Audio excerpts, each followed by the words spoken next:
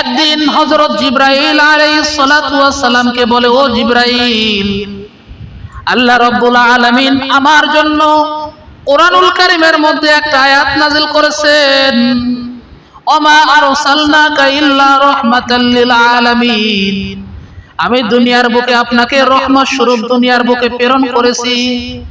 হে জিবরাইল, দুনিয়ার বুকে আল্লাহ রাব্বুল আলামিন আমাকে রহমত স্বরূপ প্রেরণ করার কারণে তোমার কি কোনো ফায়দা হয়েছে, অথবা তোমার কি কোনো উপকার হয়েছে নি?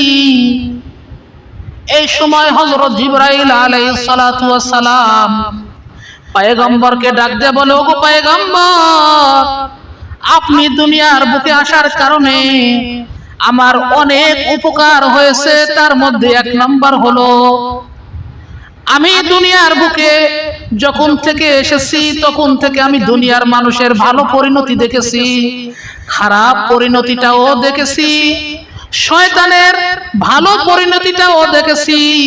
এক সময় শয়তান আল্লাহ রাব্বুল আলামিনের এতই পছন্দনীয় বান্দা ছিলেন যে আল্লাহ রাব্বুল আলামিন ওনাকে মুআল্লিমুল মালায়েকা, ফেরেশতাদের শিক্ষক রূপে আল্লাহ রাব্বুল আলামিন কবুল করেছিলেন। কিন্তু তার শেষ পরিণতিটা এমন হয়েছে যে সে আল্লাহ রাব্বুল আলামিনের অভিশপ্ত একজন বান্দা হয়ে গেছে। ওগো মায়ার নবী, দয়ার নবী, আপনি দুনিয়ার বুকে আসার কারণে আমি জিবরাইলের অনেক উপকার হয়েছে।